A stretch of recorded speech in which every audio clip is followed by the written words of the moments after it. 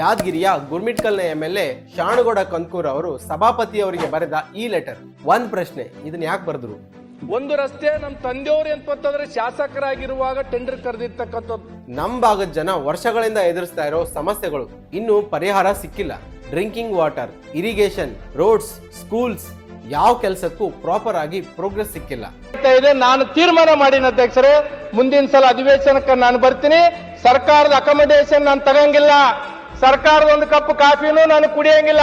ನಂದು ನಾನು ಬರ್ತೀನಿ, ನಂದು ನಾನು ಇರ್ತೀನಿ, ನಂದು ನಾನು ಉಂಡು ಕೇವಲ ಮಾತಾಡಿ ಹೋಗ್ತೀನಿ. ಯಾಕಂದ್ರೆ ಇಲ್ಲಿ ಏನು ಆಗಂಗಿಲ್ಲ ಅಂತ ಗೊತ್ತಾಗಿದೆ ಅಧ್ಯಕ್ಷರೇ ನನಗೆ. ಬರೆದ ಈ ಲೆಟರ್ ನಲ್ಲಿ MLA ಅವರು ಸ್ಪಷ್ಟವಾಗಿ ಹೇಳಿದ್ದಾರೆ, ಡೆವಲಪ್ಮೆಂಟ್ ವರ್ಕ್ ತುಂಬಾ ಸ್ಲೋ. ಇದರಿಂದ ಜನರ ಡೈಲಿ ಲೈಫ್ ಮೇಲೆ ನೇರವಾಗಿ ಪರಿಣಾಮ ಬೀಳ್ತಾ ಇದೆ. ಬೆಳಗಾವಿ ಸೆಷನ್ಸ್ ನಲ್ಲಿ ದೊಡ್ಡ ದೊಡ್ಡ ಡಿಸ್ಕಷನ್ಸ್ ಗಳು ಆಗ್ತವೆ, ಆದ್ರೆ ನಮ್ ಭಾಗಕ್ಕೆ no major benefits, no clear announcements, ಮತ್ತೆ ನಮ್ ರೀಜನ್ ನ ಕಡೆಗಣಿಸಲ್ಪಟ್ಟ ಭಾವನೆ. ಹೀಗಾಗಿ ನಮ್ಮೆಲ್ಲರ ಸಮಸ್ಯೆಗಳನ್ನ ಒಟ್ಟುಗೂಡಿಸಿ ಈ ಲೆಟರ್ ನ ಬರೆದಿದ್ದಾರೆ. ಯಾವುದೇ ರೀತಿ ಸೆಷನ್ ನಲ್ಲಿ ಬೆನಿಫಿಟ್ಸ್ ತಗೊಳ್ಳೋದಿಲ್ಲ ಅಂತ ಹೇಳಿದ್ದಾರೆ. ಇದ್ರ ಬಗ್ಗೆ ನಿಮ್ ಒಪಿನಿಯನ್ ಏನು ಅಂತ ಕಮೆಂಟ್ ಮಾಡಿ.